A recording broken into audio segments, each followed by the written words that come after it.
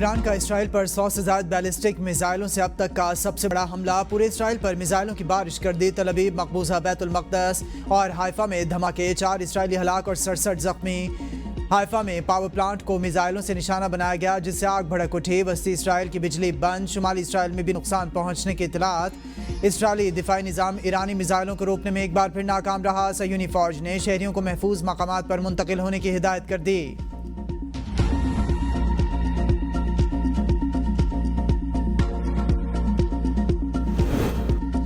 Donald Trump ने Israel और Iran के दरमियान जारी जंग में अमेरिका के शामिल होने का इम्कान जाहिर कर दिया। ट्रंप ने अमेरिकी टीवी की सीनियर सहाफ़ी से ऑफ कैमरा गुफ्तगू करते हुए कहा कि यह मुमकिन है कि हम ईरान और इसराइल की इस लड़ाई में शामिल हो जाएं।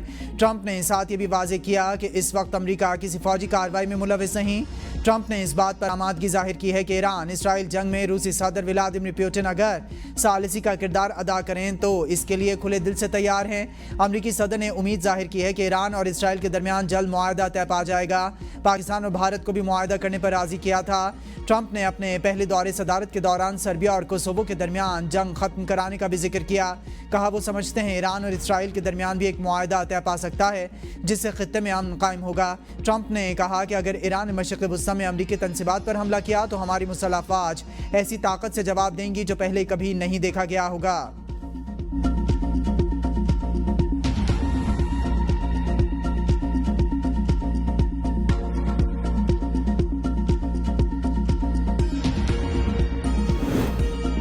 इसराइल के ईरान पर हमलों में पासदारान इनकलाब के आला अफसरान शहीद हो गए। ईरानी पासदारान इनकलाब के मुताबिक intelligence chief general Mohammad Kazemi और इनके नायब जनरल हसन मुहक़्क़िक़ शहदा में शामिल। ईरानी हुकाम के हमलों की शदीद मज़म्मत। ईरान की सलामती और खुद मुख्तारी पर हमला करार। पासदारान इनकलाब के एलामी में कहा गया है कि इसराइली हुकूमत के हिमायती ये जान लें कि इसराइल के खिलाफ मौसर और हदफशुदा कार्रवाइयाँ इसके मुकम्मल खात्मे तक जारी रहेंगी। कुम में फ़रोद की ज़ेर ज़मीन जौहरी तनसीब पर इसराइल ने फ़िज़ाई हमला किया। ईरानी मीडिया के मुताबिक ईरानी सूबे कुम में फ़रोद जौहरी तनसीब के नज़दीक 2.5 शिद्दत के ज़लज़ले के झटके महसूस किए गए।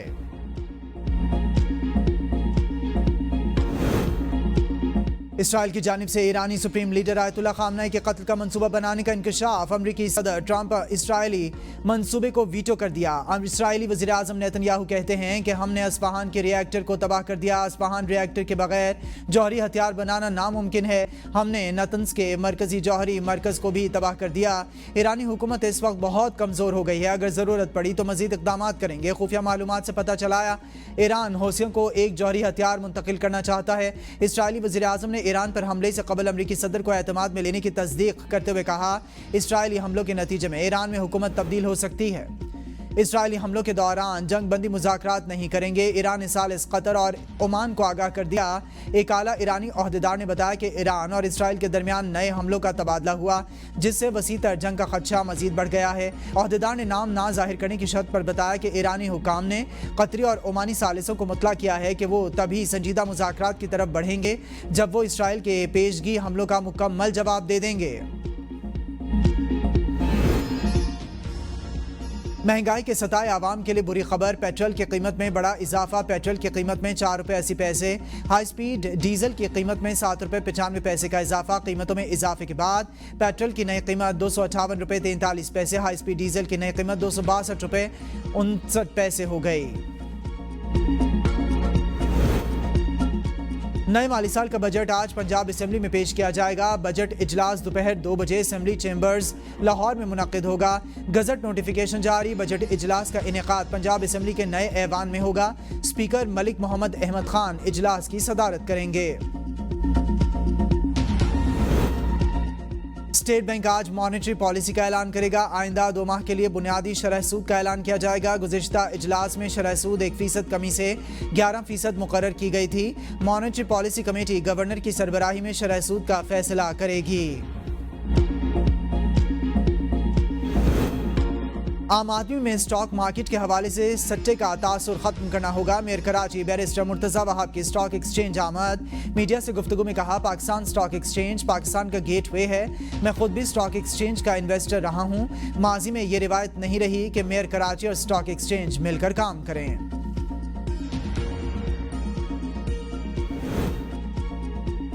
9 मई को जिन्ना हाउस हमला और जलाओ घिराव के मुकदमात साबिक वफाकी वजीर फवाद चौधरी, आजम सवाती और मुसर्रत चीमा की अबूरी जमानतों में 25 जुलाई तक तौसी। इंसदादी दहशतगर्दी अदालत लाहौर ने आजम सवाती की एक रोज़ा हाजिरी मुआफ़ी की दरख्वास्त मंजूर कर ली। आइंदा समात पर मुलजमान के वकला को दलाइल के लिए तलब कर लिया गया। 8 फरवरी को पुरतशद्दुद रैली और रियासत मुखालिफ नारेबाजी के मुकदमे में PTI रहनुमाओं आलिया हमजा और इंतजार पंझौता और फलकनाज बलूच की जमानत मंजूर।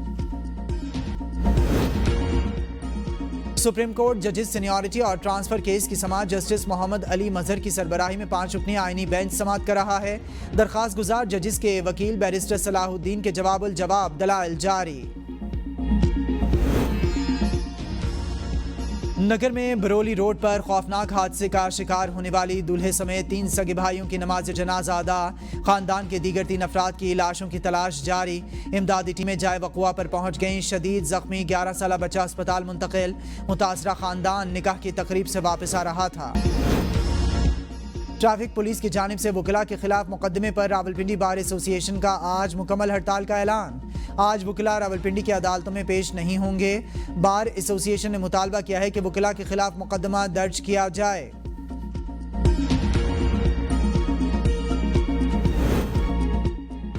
घोटकी के सरहदी इलाके में बंदा मायनो नहर में 50 फीट चौड़ा शिगाफ पड़ गया। शिगाफ पड़ने के बाद नहर का पानी करीबी इलाकों में दाखिल। कई एकड़ पर खड़ी फसलें और घर भी ज़ेर-ए-आब आ गए। वाक़े की इतला महकमा आपाशी को दी गई। ताहाल कोई अफसर या अमला मौके पर ना पहुंचा। शिगाफ को पुर करने के लिए इलाका मकीन और काश्तकार अपनी मदद आपके तहत काम में मसरूफ। और मुल्क के मुख्तलिफ इलाकों में बारिश। इस्लामाबाद और गिरदोनवाब में बादलों के ढेरे, आंधी और गरज चमक के साथ चंद मकामात पर बारिश का इम्कान। महकमा मौसमियात के मुताबिक आंधी, शालाबारी और मूसलाधार बारिश के बायस कमज़ोर इंफ्रास्ट्रक्चर्स को नुकसान का अंदेशा है।